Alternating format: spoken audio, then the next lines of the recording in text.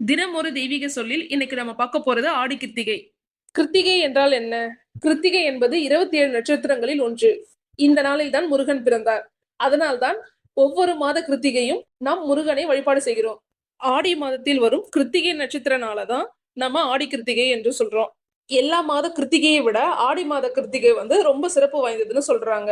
ஏன்னா ஆடி மாதம் அம்மனோட அக்னி சக்தியும் முருகனோட வேல் சக்தியும் ஒண்ணு சேரும். இந்த நாள்ல நம்ம முருகனை வழிபட்டா நம்மளோட சகல தோஷங்களும் நீங்கி வாழ்வில் நன்மைகள் ஏற்படும். முருகனின் அருள் பல மடங்கு பெருகும். இந்த நாள்ல முருகனை எப்படி வழிபாடு செய்யலாம்? உங்க வீட்டில் உள்ள முருகன் படத்திற்கு பூக்கள் வைத்து 6 அகல் விளக்கு தீபம் ஏற்றி உங்களால் முடிந்த நெய்வேத்தியம் முருகனுக்கு வைத்து திருப்புகழ் பாடல்கள் அல்லது கந்த சஷ்டி கவசம் பாராயணம் செய்யலாம்.